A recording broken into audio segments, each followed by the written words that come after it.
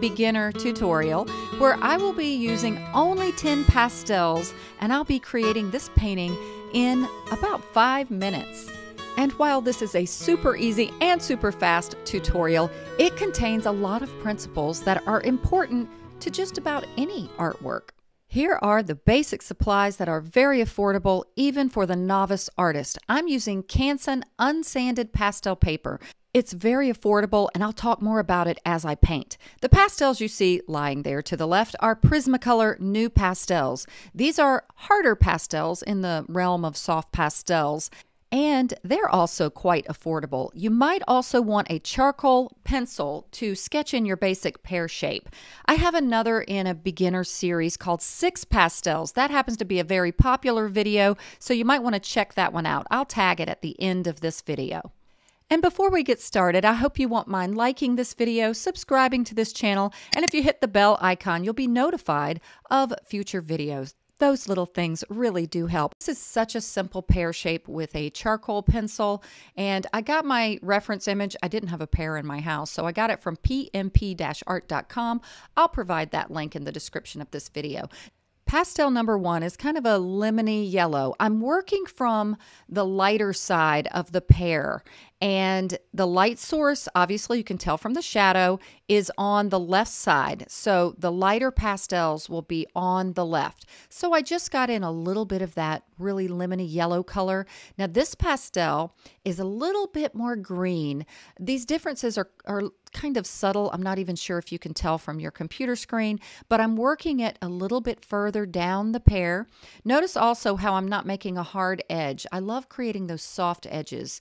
Things look more painterly that way. Now this you can tell is a little bit of a warmer green, and I'm working it gradually around the pear to where it's getting a little bit darker, where there are curves and where there might be a few shadows, but I'm staying still more on the lighter side of the pear with this. And there we go. There's 3 colors already. Color number 4, we're gradually getting a little darker. We know that down underneath the pear and working its way around to the back side, we're going to get darker values.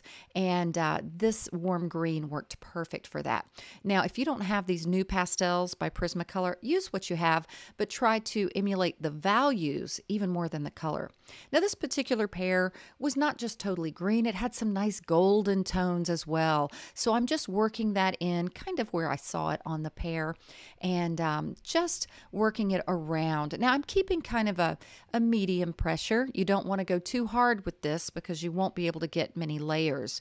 The next color, I was going to go with that gold color, but I decided to go ahead, let's get the dark values in. So this is just really kind of like a dark blue-gray color, and I'm working it around the pear, and notice how I am able to get a little layering in. Sometimes too this does create a little bit of residue, so occasionally you'll see me blow it off. Be careful with blowing pastels. You don't want to stir up a lot of dust to breathe, but it does sometimes leave a little bit of residue. Now I'm working that dark. I know there's some dark down in that little groove where the stem grows out of, and on the right side of the stem where the shadow is.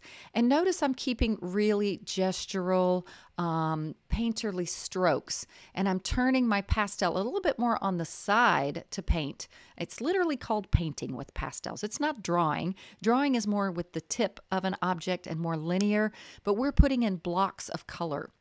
And so now I've got there you saw me give a little blow there. So just be careful not to breathe pastel dust. Now I'm working with a little bit more of that brownish tone. I want to soften up some of the darker color and warm it up just a bit.